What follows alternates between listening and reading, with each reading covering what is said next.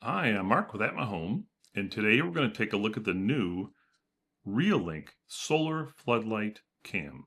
And Reolink sent us this for the review, so let's check it out. All right, take this off here for a second. Pull out the camera. Check it out. It's like a small little camera. Look at this. So this is one of their new series now. It's kind of lighter weight kind of camera, but it has a sensor on the bottom for motion. It has a cute little lens in the front, so you can take a look at what's going on. And in the back, it has a screw mount, so you can actually mount it up.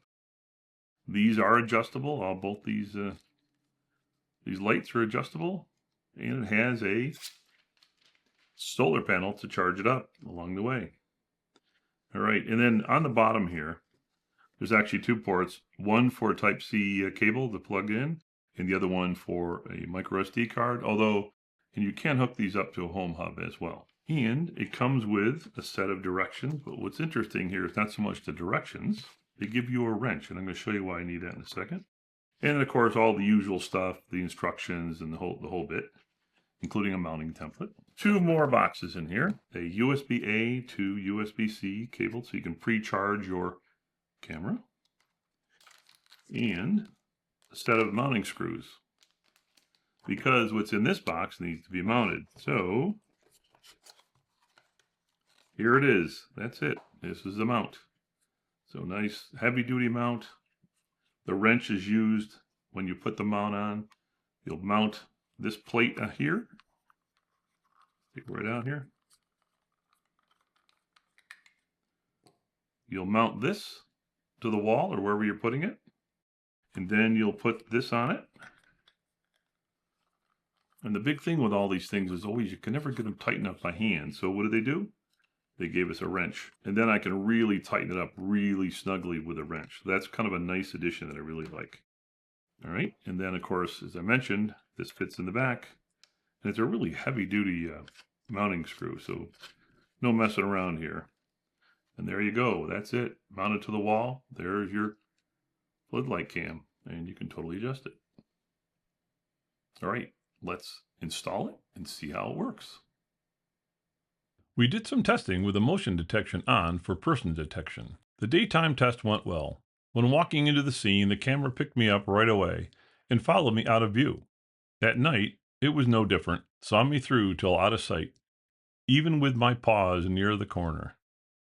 After waiting for the camera to stop recording, I tested how fast it picked me up at a distance. And again, both day and night, it picked me up only a foot or so after I came into view. I took a few photos to show how bright the spotlight lit up the backyard. As you can see, the spotlights were very bright, even though I didn't have them at max brightness. I took a picture of what I could see with the spots on, and at my level, you can clearly see how well it lights up the area. Aside from catching the motion, it was great if you just wanted the area lit up. Maybe I can turn it on the next time I grill. And so you can see what the camera sees with the infrared. I downloaded a small clip. Again, very clear. This is good if you want to record motion without alerting anyone with the lights. There are plenty of adjustments and settings you can make in the app settings. You can see which Wi-Fi network you are connected to, and you can view the battery status, including a chart of activity like when it records motion events, or you accessing the camera. Since it gets a lot of sunlight, you can see it stays charged up all the time.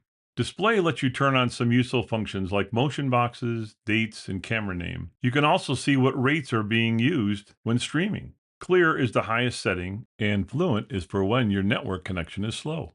Day and night lets you make adjustments to the various modes. We left them on auto. Switch mode is where you can either let the camera figure out if it needs to use color or infrared, or force it to the setting you prefer. Light lets you turn off the LED on the camera and make adjustments to the floodlight and infrared lights. For floodlight, you can turn it off or let the camera decide. Here you can adjust the brightness, which you saw we only used 50%. Same thing for the infrared lights. You can turn them off or let the camera decide. And you can adjust their brightness. And you can turn on the PIR sensor, set its sensitivity, and even cool down period between triggers from 5 seconds to 2 minutes. Detection alarm is basically adjusting the sensitivity for person, vehicle, or animal, plus setting a non-detection zone for each if you desire. Camera recording is where the key settings are. Here you can turn the recordings on or off, plus define a schedule for person, vehicle, animal, or any motion, which we turned off to minimize alerts. And here you can define how long to continue recording once an event occurs. Unfortunately, it only ranges from 8 seconds to a minute. And don't forget to turn on notifications. If you want alerts through your email, you can do that too, as long as you supply your email address.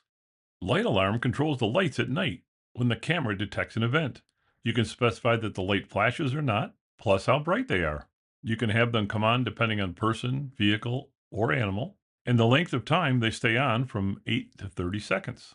There is a siren on the camera, though you have to turn it on. We decided not to, thinking our neighbors might not appreciate it. If you paired your camera with a Reolink home hub, like we did, there is an additional siren there. Again, you have to enable it.